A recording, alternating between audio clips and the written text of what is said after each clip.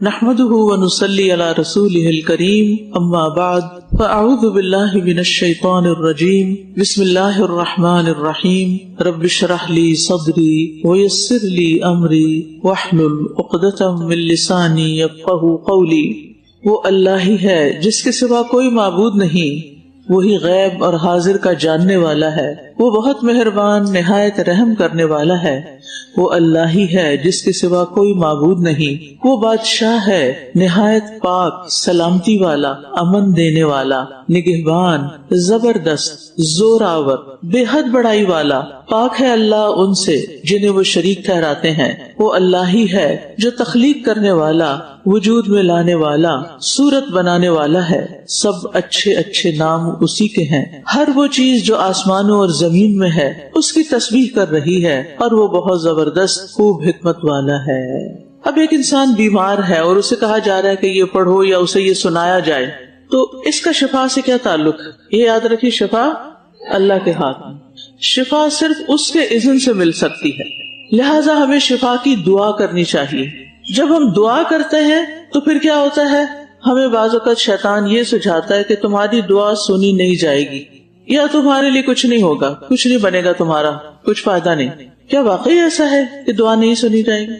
دعا ہر حال میں سنی جاتی ہے، یا تو وہ ملتا ہے جو آپ کو چاہیے اس وقت، وقتی ضرورت ہے، یا اس کے بدلے میں وہ دیا جاتا ہے جو آئندہ آپ کو چاہیے، اور اگر آپ یہ دعا نہ کرتے تو وہ نہ ملتا جو اس سے بھی زیادہ ضروری ہے آپ کے لیے، یا پھر آپ کو وہ ملتا ہے جہاں سب سے زیادہ آپ کو ضرورت ہے کہ کچھ ملے۔ وہ کون سی جگہ ہے؟ آخرت۔ تو دعا تو قبول ہوگی کیونکہ اللہ تعالیٰ کا وعدہ ہے، وقال ربکم ادعونی استجب لکم۔ جب اللہ تعالیٰ نے فرما دیا تو پھر اس میں کوئی جھوٹ تو ہے ہی نہیں۔ ومن اصدق من اللہ قیلا، اللہ سے سچی بات کسی کی نہیں، لہذا دعا تو آپ نے کی، دل سے کی، ہو گئی قبول، یا ابھی ملے گی، یا دنیا میں کچھ دیر بعد، یا آخرت میں ملے گا ضرور، ضائع کچھ نہیں جائے گا۔ اب ایک اور چیز جو یقین پیدا کرتی ہے کہ میں جس سے مانگ رہی ہوں وہ دینے پہ قادر ہے، تو وہ کون ہے؟ تو سب سے پہلے هو اللہ الذی لا الہ الا ہو، وہ اللہ ہے جس سے میں مانگ رہی ہوں، جو میرا الہ ہے۔ یہ اللہ تعالیٰ کا ذاتی نام بھی ہے اور سب سے عظیم اور جلیل القدر نام ہے۔ یہ نام اللہ کے سوا کسی کا بھی نہیں، دنیا میں کسی نے کبھی نہیں کہا کہ میرا نام اللہ ہے، نعوذ باللہ، کوئی کہہ ہی نہیں سکتا، کسی کو جرأت ہی نہیں ہوئی یہ کلیم کرنے کی۔ تو الاسماء الحسنی میں سب سے عظیم اور اعلیٰ ترین نام اللہ ہے، اور اس کی اصل الالہ ہے، اور اس کا معنی کیا ہے؟ معبود، جس کی عبادت کی جائے، ملجا، جس کی پناہ لی جائے، مفزوع الیہ، گھبراہٹ میں جس سے مدد حاصل کی جائے، محبوب، جس کے ساتھ شدید محبت ہو اور اس کے بارے میں عقلیں حیران ہو جائیں۔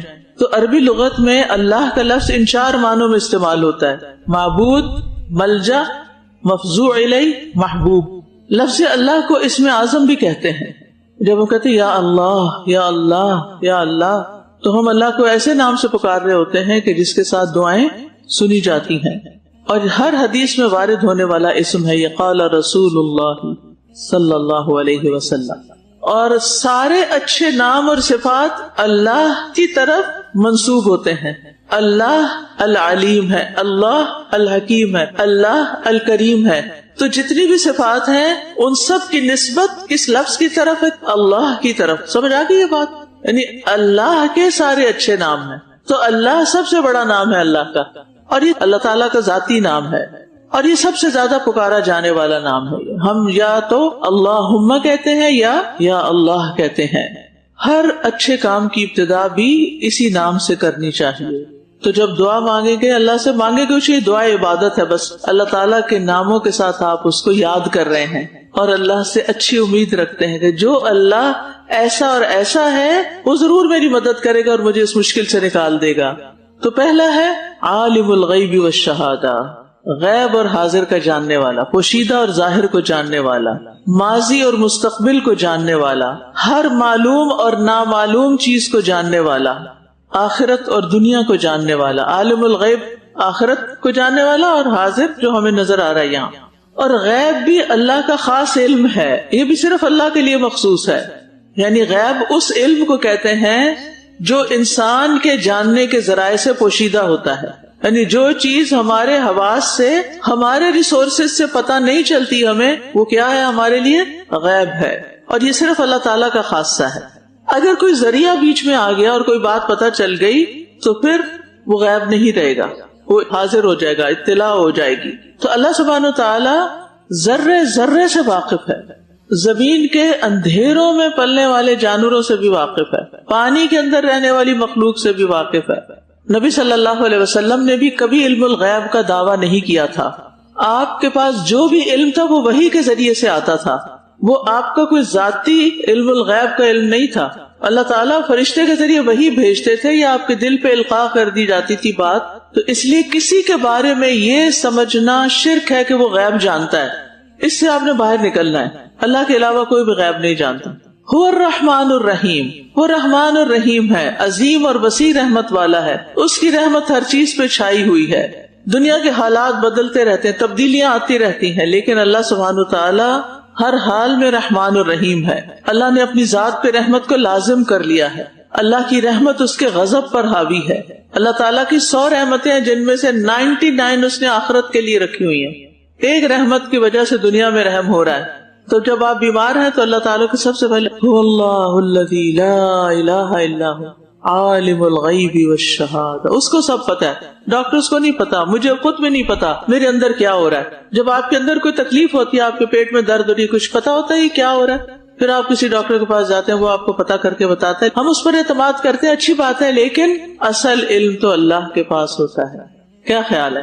ذرا سوچیے اس بات کو۔ آپ ڈاکٹر پر اعتماد کر کے دوائی کھا لیتے ہیں کیونکہ آپ کو یہ کہ اس کو پتا چل گیا کہ مجھے کیا بیماری ہے۔ کیا ہمیشہ ڈاکٹرز کے ڈائگنوسس صحیح ہوتے ہیں؟ نہیں ہوتے، کبھی صحیح بھی ہوتے ہیں، کبھی نہیں بھی ہوتے۔ لیکن جب آپ معاملہ اللہ کے سپرد کرتے ہیں تو اللہ کو تو اصل حقیقت پتا ہوتی، اور آپ اس سے دعا کرتے ہیں کہ آپ کو پتا مجھے کیا ہے، آپ مجھے ٹھیک کر دیں۔ آپ تو کر سکتے ہیں، خود ہمیں نہیں پتا، ہمارے پیرنٹس کو نہیں پتا، ماں کو نہیں پتا ہوتا کہ اس کے پیٹ میں پلنے والے بچے کو کیا مسئلہ ہے۔ تو انسانی کوششیں محدود ہیں، اللہ کا علم کیا ہے؟ اللہ محدود ہے، وہ سب کچھ جانتا ہے، اور پھر اس کے ساتھ وہ مہربان بھی ہے۔ سبحان اللہ، عالم الغیب والشہادہ بھی ہے اور مہربان بھی ہے۔ آپ دیکھیں کہ دنیا میں جس کے پاس تھوڑا سا بھی علم آ جاتا ہے نا، کسی چیز کا کو ماہر ہوتا ہے، ذرا بڑی ڈگری آ جاتی ہے، اس کا رویہ اور ایٹیٹیوڈ کیا ہو جاتا ہے، وہ انسانوں کو خاطر میں نہیں لاتا، کسی کو پوچھتا نہیں۔ اللہ اتنا بڑا ہر چیز جاننے کے باوجود وہ مہربان بھی ہے، ہماری غلطیاں، ہمارے وسوسے، ہمارے اندر پلنے والی بدگمانیاں، خرابیاں، چھپے گناہ سب کچھ جانتا ہے، پھر بھی وہ مہربان ہے۔ اگر آپ کو کسی کے بارے میں پتا چل جائے کہ وہ آپ کے لیے برا سوچ رہا ہے، کوئی سازش کر رہا ہے آپ کے خلاف، تو آپ اس کے ساتھ کتنے مہربان ہوں گے؟ نہیں ہوں گے۔ پھر اس کے ساتھ ساتھ هو الملک، وہ بادشاہ بھی ہے، اور یہ اس کی عظمت کی علامت ہے، پوری کائنات کا انتظام وہ کر رہا ہے۔ الملک بھی آتا ہے، اس کے ساتھ مالک کا لفظ بھی آتا ہے، ملیک بھی آتا ہے، اللہ تعالیٰ کے یہ نام بھی ہیں۔ یہ تینوں نام ملک سے ہیں، ملک، ملکیت، تینوں میں ملکیت پائی جاتی ہے۔ بہرحال ہر طرح کا قبضہ اور ملکیت اس کے پاس ہے، مکمل اختیار رکھتا ہے، مکمل اہلیت بھی رکھتا ہے اور قوت بھی رکھتا ہے۔ اللہ کے علاوہ جو بادشاہ ہوتے ہیں وہ وقتی ہوتے ہیں۔ پھر القدوس، بادشاہ اور انتہائی پاکیزہ۔ عموماً آپ دیکھیں جن کے پاس پاور آتی ہے وہ کیا ہو جاتے ہیں؟ کرپٹ ہو جاتے ہیں، ان کے اندر بڑی خرابیاں پیدا ہو جاتی ہیں۔ ایسے ہی ہے نا، زیادہ تر فساد اور خرابیاں کس طبقے میں پائی جاتی ہیں؟ اوپر کے طبقے میں، قرآن کی روح سے۔ میں اپنے پاس سے نہیں بتا رہی، نہ کسی کو بلیم کر رہی، کیونکہ جب انسان کے پاس دولت آتی ہے، اختیار آتا ہے، طاقت آتی ہے، کوئی عہدہ آتا ہے، اور اس کا مزاج ہی بدل جاتا ہے۔ لیکن اللہ تعالیٰ ان سارے عیبوں سے پاک ہے، مبارک ہے، طاہر ہے، اور تعظیم بھی اسی کی ہے۔ تقدیس کا لفظ جو ہے نا، تطہیر کے معنوں میں بھی ہے اور تعظیم کے معنوں میں بھی، یہ یاد رکھیے۔ ہو سکتا ہے آپ میں سے کسی کے ذہن میں سوال پیدا ہو کہ اللہ سبحانہ وتعالی اگر پاک ہے تو پاک کے لیے تو لفظ طاہر بھی استعمال ہوتا ہے، تو اس میں تعظیم بھی آتی ہے، جیسے ارض مقدس ہے تو وہ پاک بھی ہے اور معزز بھی ہے ہمارے نزدیک۔ پھر تعظیم کے ساتھ اللہ سبحانہ وتعالیٰ کی پاکی بیان کرنا اور اس کی طرف راغب ہونا، یعنی جس کے بارے میں یہ ہمارا خیال ہے کہ انتہائی بڑا اور پاک ہے اور بادشاہ بھی ہے اور عالم الغیب و شہادہ بھی ہے، تو جب یہ سارے نام پکار کے پھر آپ دعا کریں گے تو دعا میں کیا پیدا ہوگا؟ ایک یقین پیدا ہو جائے گا کہ وہ سب کچھ کر سکتا ہے۔ اور پھر السلام، سلامتی والا، سلامت رکھنے والا، بڑا ہی خوبصورت نام، اللہم انت السلام ومنک السلام تبارکت یا ذا الجلال والاکرام. یہ ہم نماز کے بعد تو پڑھتے ہیں. کسی نے اپنا ایک ذاتی تجربہ شیئر کیا. وہ کہتی ہیں کہ یہ جو دعا ہے اللہم انت السلام، میں نے کس طرح اس کو پڑھا. میری بیٹی شدید سوشل انگزائٹی کا شکار ہے. اسکول کا خیال آتے ہی وہ اس قدر گھبرا جاتی ہے کہ اس کا جسم سن ہو جاتا ہے، اور یہ لمحات میرے لیے بہت تکلیف دہ ہوتے ہیں. جب سے مجھے یہ معلوم ہوا کہ یہ دعا ہم نماز کے علاوہ بھی پڑھ سکتے ہیں، میں نے اسے انہی پریشان کن لمحوں میں پڑھنا شروع کر دیا. ماں سے بچے کی تکلیف دیکھی نہیں جاتی نا، خاص طور پر جب وہ میرے پاس آ کر کہتی ہے مجھے اسکول نہیں جانا. تو ہم دونوں بلند آواز سے یہ دعا پڑھتے ہیں، اور میں اسے یاد دلاتی ہوں اللہ السلام ہے، وہ سلامتی والے ہیں، سلامتی عطا کرتے ہیں. آؤ ہم اللہ سے بات کرتے ہیں، اللہ سے دعا کرتے ہیں.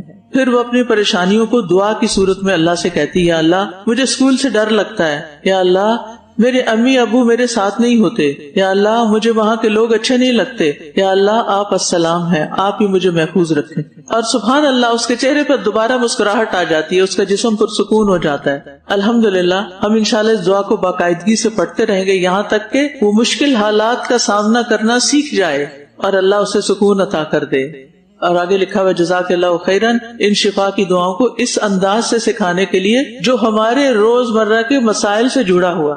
یعنی ہم ان دعاؤں کو اپنی جگہ پڑھ لیتے ہیں، بس روٹین پوری کر لیتے ہیں، اور جب سچویشن میں پڑ جاتے ہیں، مصیبت میں پڑتے ہیں، تو پھر دعا یاد نہیں ہوتی. تو اس لیے یہاں پر کیا کرنا ہے؟ السلام، اللہ آپ السلام ہیں، آپ مجھے اس بیماری سے شفا دیں گے. المؤمن، امن دینے والا. بیماری انگزائٹی لاتی ہے، کیا پتا میں مر جاؤں، پتا نہیں کیا خرابی ہو جائے.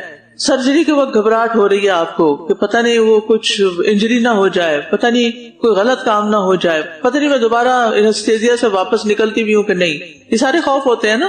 تو اللہ تعالیٰ کے ناموں سے اللہ کو پکار کے اطمینان میں آ جائیے کہ اللہ تعالیٰ المؤمن ہے، امن دینے والا ہے، مومن بندوں کی تصدیق کرنے والا ہے، اپنے اولیاء کو امن دینے والا ہے، وہ مخلوق پہ ظلم نہیں کرتا، وہ مجھے ضرور اس مشکل سے نکالے گا. پھر المہیمن، مہیمن کے 3 معنی ہیں. نمبر 1 کسی کو خوف سے امن دے، نمبر 2 ہر وقت نگہبانی کرے، نمبر 3 کسی کا کوئی حق ضائع نہ ہونے دے. سبحان اللہ، یہ ہے ہمارا رب کہ وہ کسی کا حق ضائع نہیں ہونے دیتا. تو مخلوق پر نگران ہے، وہ ہر طرح سے حفاظت کرتا ہے. العزیز، زبردست، غالب، ہر کمزور کے لیے پناہ گاہ. ہم عزیز کے سہارے پہ جی رہے ہیں. تو جو بھی بیمار ہو، کمزور ہو، وہ کیا کرے؟ اللہ کا سہارا پکڑے، کیونکہ وہ ساری مخلوق پہ غالب ہے. وہ بیماری کے جراثیموں پہ بھی غالب ہے، وہ آپ کو شفا دینے پہ پورا طرح قادر ہے، بندوں کی مدد کرنے پر غالب ہے. ینصر من یشاء وہو العزیز الرحیم، وہ مدد کرتا ہے جس کی چاہتا ہے، اور وہی سب پر غالب، نہایت رحم کرنے والا ہے. الجبار، جبار کہتے ہیں اپنی مرضی منوانے والا، جو دوسرے کو اپنا کام کرنے پہ مجبور کر دے. تو اللہ تعالیٰ ساری مخلوق پر جبار ہے، وہ سب سے اپنی مرضی کا کام کروا سکتا ہے، کیونکہ مخلوق میں سے کسی کی جرت نہیں کہ جو کام اللہ کروانا چاہے اس سے وہ کہے میں نہیں کرتا. سورج کو کہے نکلو، وہ کہتا میں نہیں نکلتا، یہ نہیں ہو سکتا. پھر اسی طرح الجبار کا ایک اور معنی بھی ہے، ٹوٹے دلوں کو جوڑنے والا. جبر وہ ہڈی جوڑ تو کہتے ہیں نا، وہ جو کھپچیاں سے رکھتے تھے، جبر الکسر کہتے ہیں اس کو، ٹوٹی چیز کو جوڑنا. تو ٹوٹے دلوں کو، پھٹے دلوں کو جوڑنے والا ہے. یعنی بیماری میں آپ کا دل کیا ہے، ٹوٹ جا رہا ہے، تو وہ جبار کیا کرے گا، اس کو جوڑ دے گا، آپ ٹھیک ہو جائیں گے. المتکبر، المتکبر کے بھی 3 معنی ہیں. نمبر 1 تعظیم کا حقدار، سب سے بڑا. نمبر 2 برائیوں سے برتر، اوپر، ہر طرح کی کمزوریوں سے. اور نمبر 3 ظلم کرنے سے برتر، وہ کسی پر ظلم نہیں کرتا، وہ بڑائی اور عظمت والا ہے. وَلَهُ الْكِبْرِيَاءُ فِي السَّمَاوَاتِ وَالْأَرْضِ، اور اسی کے لیے آسمانوں اور زمین میں سب بڑائی ہے. سبحان اللہ عما یشرکون، پاک ہے اللہ، میں اللہ کی پاکی بیان کرتی ہوں ان سب سے جو وہ شریک ٹھہراتے ہیں. یعنی اللہ کا کوئی ند، ہمسر، شریک ہے ہی نہیں. هو اللہ الخالق البارئ المصور، وہ اللہ خالق ہے، بارئ ہے، مصور ہے. یہ پیدائش کے 3 مراحل کا ذکر ہو رہا ہے.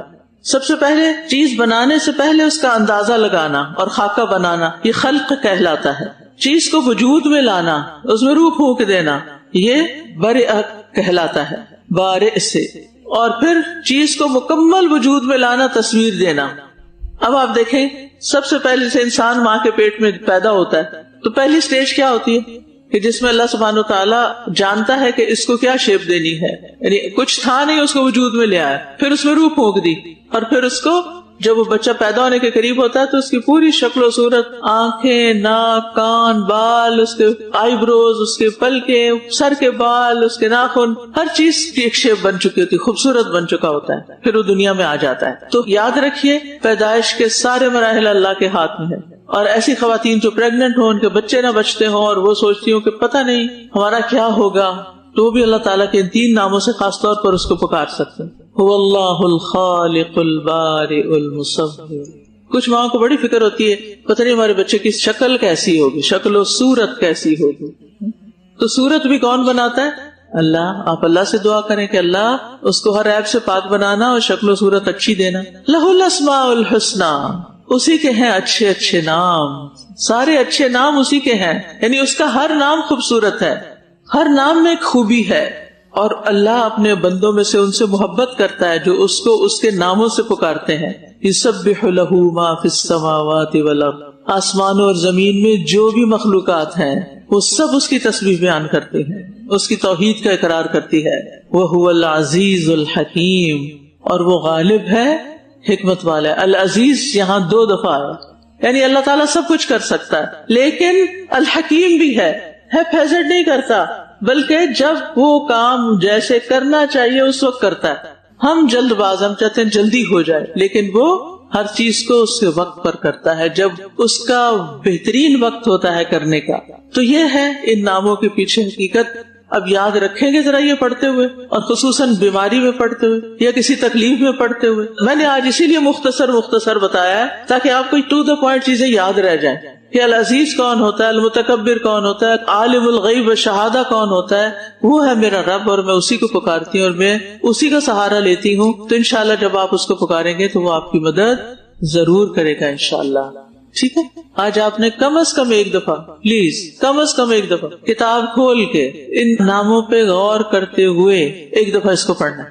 ویسے تو کسی ایک نماز میں ضرور پڑھ لیا کرے، مجھے یہ آیات بے حد پسند ہے، یاد دہانی ہو جاتی ہے نا۔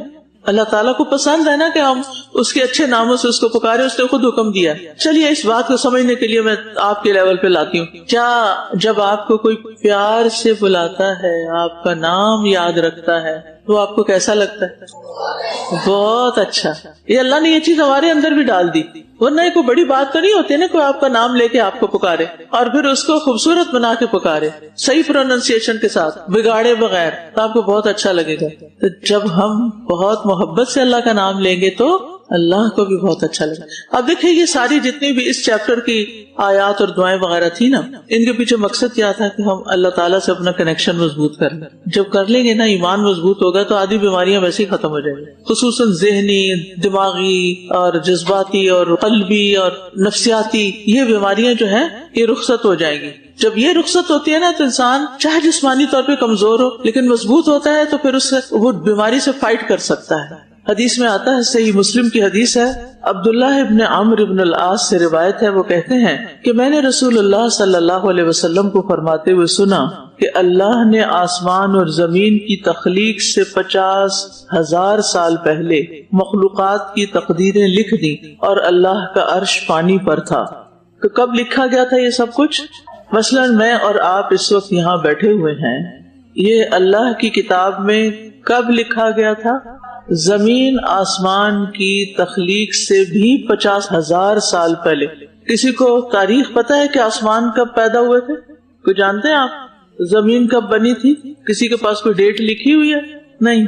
ہمیں تو یہ بھی نہیں پتا کہ زمین آسمان کب بنے تھے۔ تو جب بھی بنے تھے اس سے بھی 50,000 سال پہلے یہ لکھا گیا تھا کہ یہ لڑکیاں اس وقت اس کمرے میں یہ بات بیٹھ کر سن رہی ہوں گی۔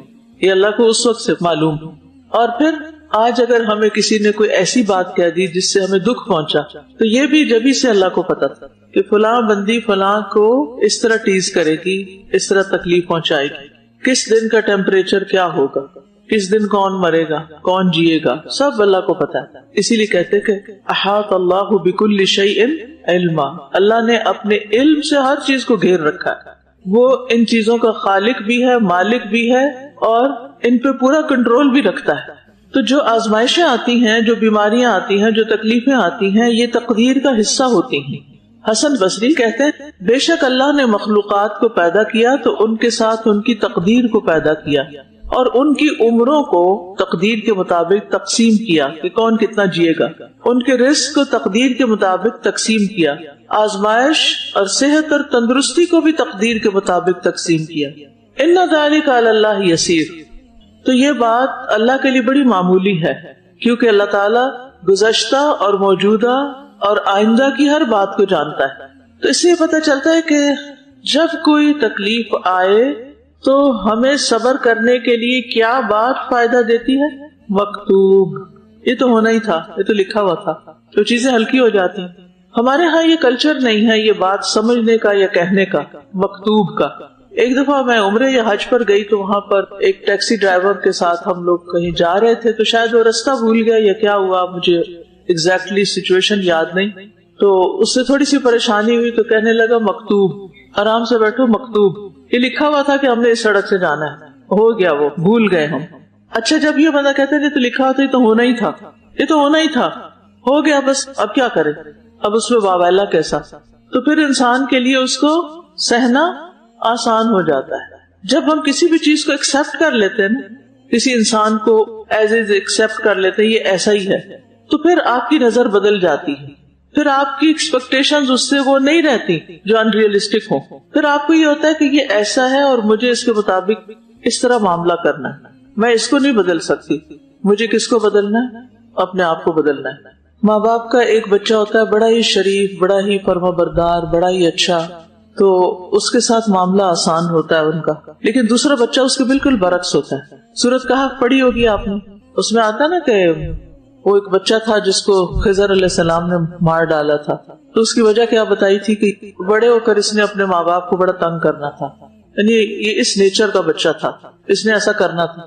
اب آپ دیکھیے کہ ایک بچہ بڑا ہی اچھا ہے، دوسرا بچہ انتہائی تنگ کرتا ہے، ایک بچہ بات مانتا ہے، ایک نہیں مانتا، تربیت دونوں کی آپ نے ایک ہی جیسے کی ہے، تو اب ڈیلنگ کیسے کریں گے آپ کہ یہ ایسا ہی ہے، مجھے یہ ایکسپٹ کرنا ہے کہ ایسا ہے، اس نے جلدی بات نہیں ماننی، لہذا مجھے وہ طریقے سوچنے چاہیے کہ جس سے میں اس کو سمجھ کر اس طریقے پہ بات کروں کہ اس کے لیے بات ماننا آسان ہے۔ کچھ لوگ سیدھی سیدھی بات سمجھ لیتے ہیں، کچھ لوگ اس کے اندر ایسی عیب چینی کرتے ہیں کہ آپ پریشان ہو جاتے ہیں کہ شاید میں ہی غلط نہیں، وہ ان کی عادت ہے، آپ بس ایکسپٹ کر لیں انہوں نے ایسا کرنا ہے، اور پہلے سے آپ سوچ کے رکھیں انہوں نے ایسے ہی جواب دینا ہے، انہوں نے یہ کرنا ہے۔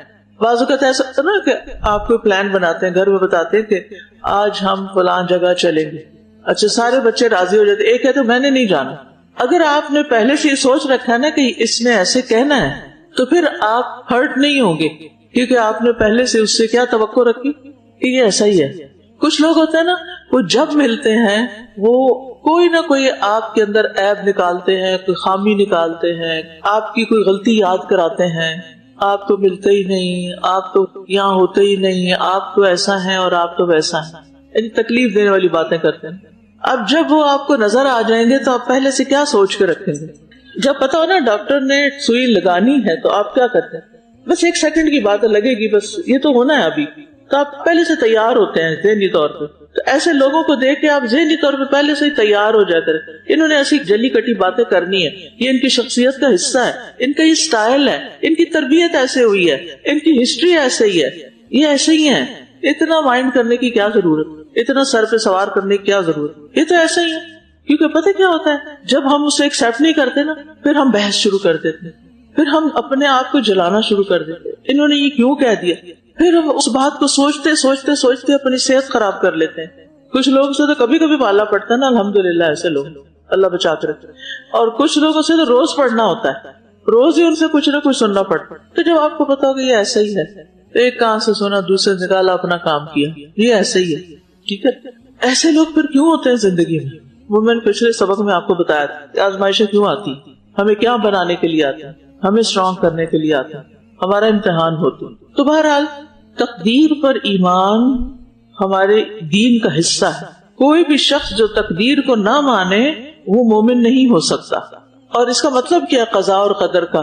اس کا مطلب یہ ہے کہ انسان پورا یقین رکھے کہ کائنات میں جو کچھ بھی ہو رہا ہے یہ اللہ کے فیصلوں کی وجہ سے ہو رہا ہے، اللہ کے فیصلے ہیں یہ. اب مثلاً آپ اپنی شادی پہ پریشان ہیں یا آپ کی زندگی میں کوئی حادثہ ہوا, آپ سوچتے ہیں میرا اس شخص سے کیوں پالا پڑ گیا, یہ اللہ کا فیصلہ تھا, یہ ہونا تھا ہو گیا, کیوں ہوا اس کی حکمت اللہ کو پتا ہے. لیکن اگر آپ غور و فکر کریں تو آپ کو اس حادثے یا اس مسئلے کے پیچھے کئی فوائد بھی نظر آئیں گے کہ اگر وہ مسئلہ نہ ہوتا تو آپ آج یہاں نہ ہوتے. آپ کو بنانے میں آپ کے مہربانوں کا حصہ بھی ہے جنہوں نے آپ کی اچھی تربیت کی, آپ کو بہت کچھ دیا, اور آپ کو آج جو آپ ہیں وہ بنانے میں ان لوگوں کا بھی حصہ ہے جنہوں نے آپ کے لیے مشکلات کھڑی کی.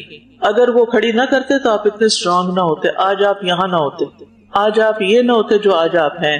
تو یہ اللہ کے فیصلے سے ہوا, اللہ کا فیصلہ تھا.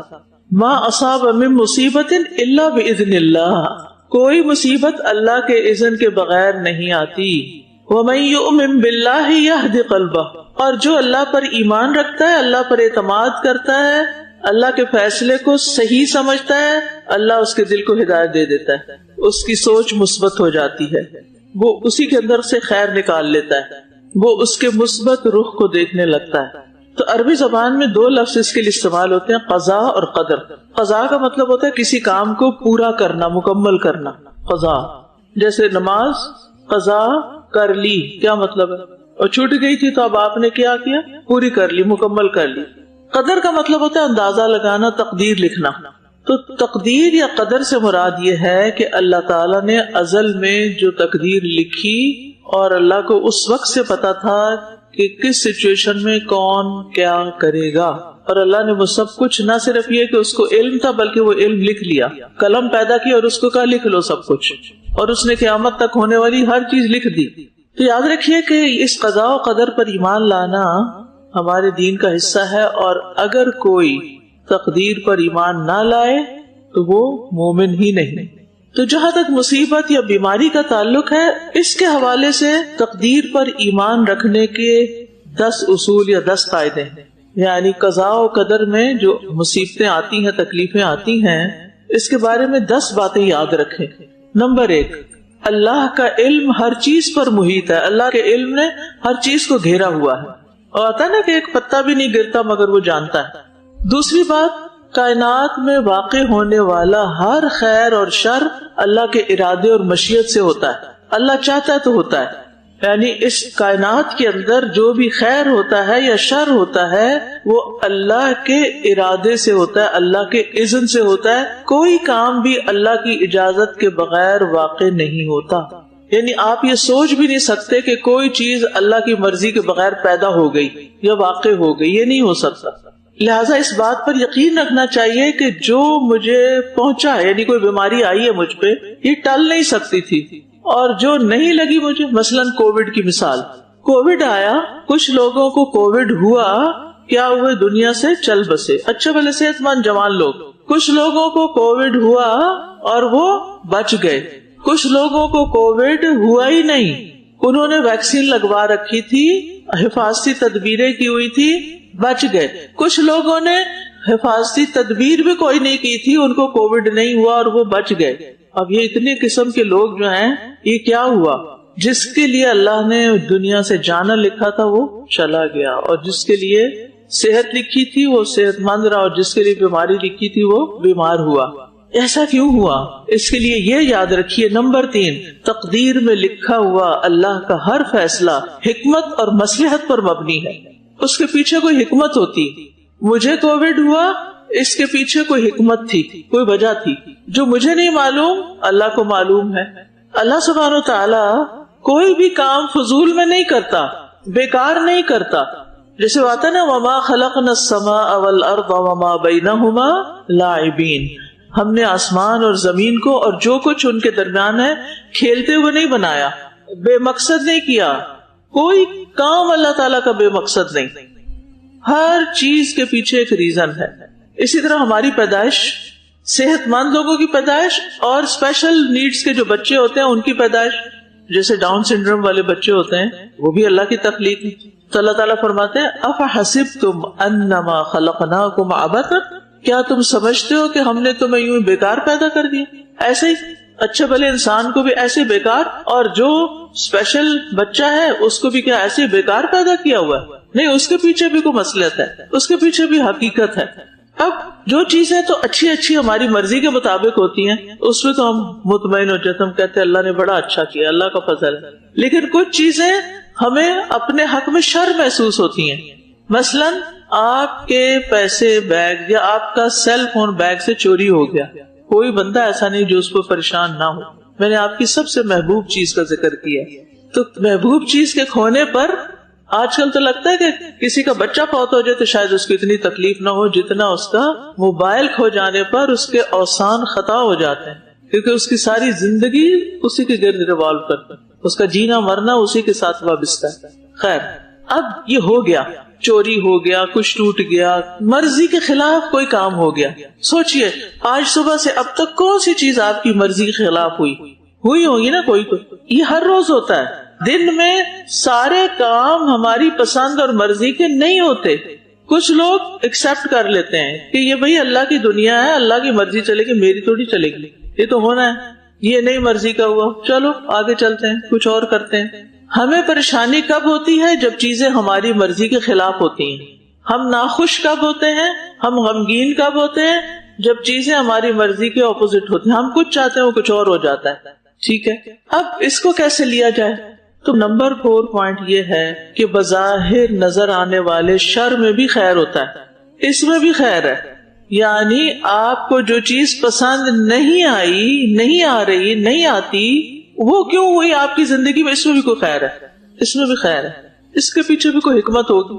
میں تو نہیں چاہتی تھی کہ یہ ہو، لیکن اب ہو گیا تو کوئی وجہ ہوگی، اللہ کو پتا ہے. ہو سکتا ہے اس کے بدلے میرے گناہ مٹ جائیں، میرے درجے بلند ہو جائیں، میرے اندر اخلاص پیدا ہو جائے. چیزوں کو خالص کرنے کے لیے تپانا پڑتا ہے، تو مرضی کے خلاف چیز ہوتی ہے تو ہمیں تپ چڑھ جاتی ہے نا، غصے سے نیلے پیلے ہو جاتے ہیں. یا پھر انسان میچور ہوتا ہے، پکا ہو جاتا ہے. ہم مٹی سے بنے ہوئے ہیں نا، تو مٹی کے برتنوں کو پکا کرنے کے لیے کیا کرتے ہیں؟ بھٹی میں چڑھاتے ہیں، بھٹی میں ڈالتے ہیں، اور وہاں سے وہ پک کے نکلتے، پھر وہ زیادہ بہتر کام کرتے. اگر کچی مٹی کے گلاس میں پانی ڈالیں گے کیا ہوگا؟ سارا کچھ پگھل جائے گا. تو جب تک آپ پر مشکل نہیں آتی، آپ کچی مٹی کے گھڑے ہیں جو ایک ٹھوکر لگنے سے ٹوٹ جائیں گے.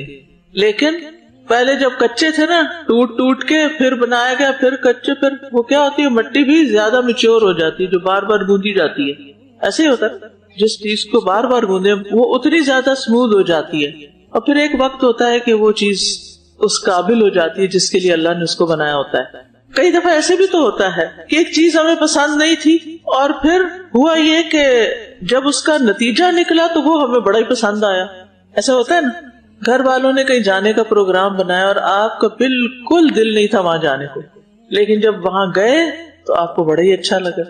مرضی کے خلاف گئے تھے، موڈ آف تھا، لیکن وہاں جا کے خوش ہو گئے. اور یہ میں نے اپنے بچوں پہ تجربہ کیا. مجھے جانا ہوتا تھا، میں یونیورسٹی میں پڑھاتی تھی، شام کو مجھے کہیں نہ کہیں درس پہ جانا ہوتا تھا. گھر میں کوئی ان کو دیکھنے والا نہیں تھا، میں چھوڑ نہیں سکتی، تینوں کو ساتھ لے جانا ہوتا تھا. اب ان کا ہوم ورک، ان کی کھیل، ان کی اپنی مرضی. میں کہتی تھی نو، ساتھ چلنا ہے، رونا دھونا. کہتی کوئی بات نہیں، چلو. اچھا جب انگلی پکڑ کے لے جاتی اور وہاں جا کے ان کو مزہ آنے لگتا، پھر میں آوازیں دیتی چلو واپس گھر. اچھا تھوڑا سا 5 منٹ ٹھہر، پھر نکلنا نہیں چاہتے تھے. وہاں ہم سب ایسے ہی بچے ہیں اندر سے، بظاہر چیزیں اچھی نہیں لگتی، لیکن جب اس میں پڑھتے، مثلاً آپ میں سے کئی لوگ یہاں مجبوراً کورس میں ڈالے گئے، پش کر کے، دھکا دے کے، ہاسٹل میں نہیں رہ سکتے. لیکن ہوتا کیا ہے، پھر آہستہ آہستہ دل لگتا ہے تو اینڈ آف دا ڈے اچھا لگنے لگتا ہے، وہ گھر لگنے لگتا ہے. پھر گھر واپس جانا مشکل لگنے لگتا ہے. ہم بھی عجیب انسان ہیں، ہمارے دل بدلتے رہتے ہیں، ہمارے حالات بدلتے رہتے ہیں، ہماری چوائسز بدلتی رہتی ہیں. تو اگر اللہ تعالیٰ یہ فیصلے ہم پہ چھوڑ دیتا اور ہر چیز ہماری مرضی کی ہوتی، دیکھیے دنیا کا نقشہ کیا ہوتا. اگر زندگی میں ہر چیز آپ کی مرضی کی ہوتی تو کیا آپ بچپن میں اسکول جاتے؟ تو اسی طرح بہت سی چیزیں ہم نہیں کرنا چاہتے، ہم سے کروا لی جاتی ہیں. اللہ تعالیٰ براہ راست کروا لیتا ہے یا کسی اور طریقے سے. تو بہرحال جب انجام سامنے آتا ہے تو پتہ چلتا ہے اللہ نے بڑا ہی اچھا کیا، یہ تو بالکل ٹھیک ہو گیا. ایسے ہی کچھ چیزیں دنیا میں رہتے ہوئے بڑی تکلیف دہ ہیں ہمارے لیے. میں ہی کیوں ہر وقت بیمار رہتی ہوں، میری صحت کیوں کمزور ہے، میرے ساتھ ہی کیوں ہو گیا ہے. لیکن پھر کیا ہوتا ہے، جب قیامت کا دن ہوگا اور اس کا اجر نظر آئے گا تو آپ اللہ کے فیصلوں پر جو پہلے ناراض تھے نا، اب انتہائی خوش ہو جائیں گے. اور اس وقت تمنا کریں گے ایسی تو کچھ اور باتیں بھی ہو جاتی. ہمیں کیا پتا تھا کہ اتنا اچھا انجام ہے اس کا. صبر کرنے والوں کا اجر کتنا ہے بے حساب. یقین شک کی وجہ سے بہت سے کام ہم نہیں کر پاتے، لیکن جب یقین ہوتا ہے تو ہم کر لیتے ہیں. 5ویں چیز جو یاد رکھنے کی ہے وہ یہ ہے کہ اللہ جو چاہتا ہے کرتا ہے. کیوں کرتا ہے؟ کیونکہ وہ مالک ہے. مالک وہ ہے نا، جب آپ کسی بھی چیز کے مالک سے بات کرتے ہیں تو آپ اس کو مشورہ دیتے ہیں، آپ یہ کام ایسے نہیں ایسے کر لیں. وہ کہتے نہیں مجھے یہ ٹھیک لگتا ہے، تو آپ کیا کرتے ہیں؟ اسے جھگڑا کرتے ہیں، نہیں تم غلط ہو. مثلاً آپ کسی کے گھر جاتے ہیں، اپنی بہن کے گھر جاتے ہیں، آپ اس کا بیڈ روم دیکھتے ہیں، آپ اس کو مشورہ دیتے دیکھو یہ نا بیڈ کو اس طرف نہیں اس طرف لگا کے رکھو. وہ کہتے نہیں مجھے یہی پسند ہے. کیا آپ مزدور بلا کے اس کا کمرہ سیدھا کریں گے؟ کیوں نہیں کریں گے؟ کیونکہ وہ مالک ہے، وہ جو چاہے کرے. آپ کیا کہہ کے چھوڑ دیتے بھئی تمہارا گھر جو تمہاری مرضی تم کرو، میں تو بس مشورہ ہی دے سکتی تھی. اس کائنات میں کوئی چیز ہماری نہیں ہے. میں صبح واک کر رہی تھی، زمین پہ چل رہی تھی، میں سوچتی تھی اللہ یہ زمین آپ کی ہے، آپ نے مجھے اجازت دی ہے، میرے لیے آسانی کی کہ میں اس پہ چل سکوں. یہ میری تو نہیں ہے، نہ یہ زمین میری، نہ یہ وجود میرا. یہ وجود بھی اللہ کی امانت ہے میرے پاس. نہ یہ موسم میری مرضی کا، اس میں سے کوئی چیز میری نہیں ہے، یہ سارا کچھ آپ کا ہے. پھر بھی آپ کتنے اچھے ہیں کہ آپ نے مجھے مہلت دی ہوئی ہے، چانس دیا ہوا ہے کہ میں آپ کی دی ہوئی چیزوں کو انجوائے کر سکوں. تو جب ہمیں یہ سمجھ آ جاتی ہے نا کہ ہر چیز کا مالک اللہ ہے، تو پھر اللہ کے فیصلے برے نہیں لگتے، کیونکہ وہ مالک ہے نا، جو چاہے کرے. یفعل ما یشاء. چلیے کسی کو چھوڑیں، آپ جس چیز کے مالک ہوں آپ کیا چاہتے ہیں جو وقتی ملکیت میں ہمیں چیزیں دی ہوئی. مثلا یہ کتاب آپ اس کے مالک ہیں، اپنی کتاب پہ آپ اس پہ جو چاہے لکھیں، چاہے تو کچھ نہ لکھیں. کوئی آپ پر اعتراض کر سکتا ہے؟ اگر کوئی کہے کہ یہ کیا کر رہی ہو تو آپ کیا کہیں گے؟ میری کتاب میری مرضی. آپ کون ہوتے ہیں؟ تو اللہ ہی کی پیدا کردہ دنیا، اللہ ہی مالک، اسی نے بنایا، اسی نے سمیٹنا ہے، اسی نے لپیٹنا ہے. ہم کون ہیں اعتراض کرنے والے؟ کسی کا بچہ فوت ہو جاتا ہے، وہ اسے ایکسپٹ نہیں کر پا رہے. بھئی اللہ نے دیا تھا نا، اللہ کی امانت تھی، اللہ نے دیا، اس نے کہا جلدی واپس لے لو، لے لیا، بس اس کی مرضی ہو گیا. تو رب کے فیصلوں پر ناراض نہیں ہونا چاہیے، کیونکہ وہ بادشاہ ہے، جو چاہتا ہے کرتا ہے، اس سے کوئی پوچھ نہیں سکتا، کیونکہ سب چیز اسی کی ہے. 6 بات یہ یاد رکھنے کی ہے کہ اللہ ظلم نہیں کرتا. اگر کوئی فیصلہ ہمیں پسند نہیں آ رہا تو اسے اپنے حق میں ظلم نہ سمجھے. حضرت عائشہ رضی اللہ تعالیٰ عنہ پر بڑا سخت قسم کا الزام لگا تھا، جس سے سارے مسلمان متاثر ہوئے تھے. مہینہ بھر مدینہ کی فضا جو تھی وہ بہت ٹینس رہی تھی. خود نبی صلی اللہ علیہ وسلم بہت پریشان ہوئے تھے. جب سارا واقعہ گزر گیا حضرت عائشہ رضی اللہ عنہ کی برات میں، تو اس میں ایک آیت تھی لا تحسبوہ شر لکم بل ہوا خیر لکم. سبحان اللہ. اس آیت نے تو میری آنکھیں کھول دی. قرآن ایسے ہیل کرتا ہے نا، زندگی کا اصول بنا لیا. جو چیز اچھی نہیں لگی کہا لا تحسبوہ شر لکم بل ہوا خیر لکم. اس کڑوی دوا میں تمہارا علاج ہے، ٹھیک ہے، اچھا ہی ہوا تمہارے ساتھ، کوئی بات نہیں. یہ ایکسپٹنس ہوتی ہے. ایسی چیزوں کو ایکسپٹ کر لینا جو مزاج پہ، موڈ پہ، طبیعت پہ، نفس پہ بہت بھاری ہوتی ہیں. اب آپ سوچئے کون سی چیز آپ کو بہت بادر کرتی، کیا چیز اچھی نہیں لگتی؟ یعنی کوئی بیماری ہے، کوئی انسان ہے، کوئی فائنینشیل صورتحال ہے، اس کی تنگی ہے، آپ الجھتے رہتے ہیں اور کبھی سوچتے ہیں کہ میرے ساتھ کیوں ایسا ہو رہا ہے، وائی می، اور نعوذ باللہ اللہ نے میرے ساتھ اچھا نہیں کیا یا ظلم ہو گیا. نہیں، اللہ ظلم نہیں کرتا. وَلَا يَظْلِمُ رَبُّكَ أَحَدًا. اور آپ کا رب کسی ایک پر بھی ظلم نہیں کرتا، کسی ایک ون سنگل چیز پر بھی، نہ انسان، نہ حیوان، نہ کسی پہ بھی اللہ ظلم نہیں کرتا، کیونکہ وہ انصاف پسند، انصاف کرنے والا حاکم ہے. 7ویں چیز، کیا آپ مانتے ہیں کہ اللہ تعالیٰ الرحمن الرحیم ہے؟ مانتے ہیں؟ وہ بڑا رحم کرنے والا ہے، ماؤں سے بھی زیادہ، باپوں سے بھی زیادہ. کتب علی نفسہ الرحمہ. اس نے اپنی ذات پر رحمت لکھ دی ہے. لہذا تقدیر جو بھی ہے، ہمیں پیش آنے والے مصائب ہیں، خیر ہے، شر ہے، وہ سب اس کی رحمت ہے. جب یہ یقین ہو نا اللہ بڑا مہربان ہے، وہ مہربانی کرے گا، تو مشکل چیزیں آسان لگنے لگتی. 8ویں بات یہ ہے کہ اللہ کے اسماء و صفات کے علاوہ ہر چیز مخلوق ہے. ہر چیز کو اللہ ہی نے پیدا کیا ہے. جب اللہ ہی ہر چیز کا خالق ہے اور وہی مالک ہے، تو پھر کیا ہے؟ وہ جو چاہے پیدا کرے، جو چاہے بنائے، جیسا چاہے کرے. 9ویں بات یہ ہے کہ دل بدلتے رہتے ہیں، حالات بدلتے رہتے ہیں. کائنات میں مسلسل تبدیلیاں ہوتی رہتی ہیں، وقت ایک سا نہیں رہتا، لہذا جب مصیبت آئے تو کیا سوچنا چاہیے؟ یہ وقت بھی گزر جائے گا. وَتِلْكَ الْأَيَّامُ نُدَاوِلُهَا بَيْنَ النَّاسِ، اور یہ تو دن ہے ہم انہیں لوگوں کے درمیان باری باری بدلتے رہتے ہیں. اور سی سا دیکھا ہے کبھی؟ سی سا کیا ہوتا ہے؟ کبھی ایک اوپر ہو جاتا ہے کبھی دوسرا. اگر ایسا نہ ہو تو کوئی کھیل ہوتا ہے؟ پھر کوئی کھیل کھیل سکتا ہے؟ آپ اوپر ہی چڑھے رہیں اس میں بھی تنگی ہوتی ہے، یا آپ نیچے ہی بیٹھے رہیں؟ نہیں، زندگی کا لطف اسی میں ہے، اوپر نیچے ہونا. یکسانیت نہیں ہے زندگی میں. تو بدلتے حالات کو ایکسپٹ کیا کریں. تبدیلی قبول کرنے والا خوش رہتا ہے. کچھ لوگ تبدیلی قبول نہیں کرتے، وہ کہتے ہیں چینج از ڈیتھ، ان کو اتنا مشکل لگتا ہے. لیکن جو لوگ بدلتے حالات کے ساتھ اپنے آپ کو بدل لیتے ہیں، ایڈجسٹمنٹ کرتے رہتے ہیں. آپ کو اپنے لباس میں ایڈجسٹمنٹ کرنی پڑتی، اپنے باقی چیزوں میں کرتے ہیں نا. تو اسی طرح آج اگر کوئی نعمت ملی ہے تو ضروری نہیں، کوئی گارنٹی نہیں کہ آپ کے پاس ہمیشہ رہے گی، بس جتنے دن ملی ہے اتنے دن اچھے سے استعمال کر لیں. اور استعمال کی جتنی چیزیں ہیں وہ سبھی آپ نے دیکھا کہ وقت کے ساتھ ساتھ پرانی ہو جاتی ہیں. اگر آپ ان کو نیا بھی رکھیں، پرانا نہ ہونے دیں، تو ان کے ڈیزائن پرانے ہو جاتے ہیں. اب جیسے سونا ہے، سونا خود پرانا نہیں ہوتا کبھی، لیکن جس طرح گھڑا ہوا نا وہ ڈیزائن بدل جاتا ہے. تو پھر آپ کیا کرتے ہیں؟ وہی پہنتے رہتے ہیں. مجھے یاد ہے میری امی کی شادی کا جو زیور تھا نا، اس میں جو کانٹے تھے نا وہ پتہ نہیں کتنے لمبے سے عجیب سے تھے، تو کبھی کبھی پہنتی تھی. تو وہ بچے چھوٹے تھے نا، ان کے کھینچ لیتے تھے کان. اس کے بعد میں نے کبھی نہیں دیکھا کسی شادی پر ویسے کانٹے، ویسی گانی اور ہار. ٹرینڈز بدل گئے، ڈیزائن بدل گئے. اور لیٹلی تو اب آپ دیکھیں سونا اتنا مہنگا ہو گیا کہ سب لوگ آرٹیفیشل پہ آ گئے. کام چل رہا ہے نا، ایکسپٹ کرنا پڑتا ہے نا. اب ایسا ہی ہے، کبھی آپ صحت مند ہوتے ہیں، ایکٹیو ہوتے ہیں، بھاگ سکتے ہیں، دوڑ سکتے ہیں، پھر ایک وقت آتا ہے کہ آپ کو چلنا بھی سہارے کے بغیر مشکل ہو جاتا ہے. اب جو اس کو ایکسپٹ نہ کریں، یہ میرے ساتھ کیسے ہو گیا، میں تو اتنی ایکٹیو تھی، میرے ساتھ کیوں ہو گیا، کیوں، تو آپ کچھ نہیں کر سکیں گے. لیکن اگر آپ ایکسپٹ کر لیں گے کہ بدلتے حالات میں خیر بھی ہوتی ہے اور کبھی شر بھی ہوتا ہے، تکلیف بھی ہوتی ہے. اور 10ویں بات یہ ہے کہ تقدیر کے فیصلوں پہ صبر کرنا سیکھیں. تقدیر پر ایمان صبر کے بغیر ہو ہی نہیں سکتا. وَاسْتَعِينُوا بِالصَّبْرِ وَالصَّلَاةِ، لہذا جو صبر کرے گا وہ تقدیر کے فیصلوں پر اللہ کو الزام نہیں دے گا، اور مومن پھر اللہ کے فیصلوں پر راضی ہوتا ہے. نبی صلی اللہ علیہ وسلم نے فرمایا، کون آدمی ہے جو مجھ سے 5 باتیں حاصل کر لے اور ان پر عمل کرے، یا کم از کم کسی شخص کو بتا دے جو ان پر عمل کرے. سن لی اتنی بات؟ نبی صلی اللہ علیہ وسلم فرما رہے ہیں، کون ہے جو مجھ سے 5 باتیں لے لے. آپ سمجھے یہ میں نہیں کہہ رہی آپ کو، نبی صلی اللہ علیہ وسلم کی طرف سے یہ بات آ رہی ہے. 5 باتیں لے لے، ان پر عمل کرے، یا کم از کم کسی شخص کو بتا دے جو ان پر عمل کرے. تو ابو ہریرہ کہتے ہیں، میں نے عرض کیا اللہ کے رسول میں کروں گا.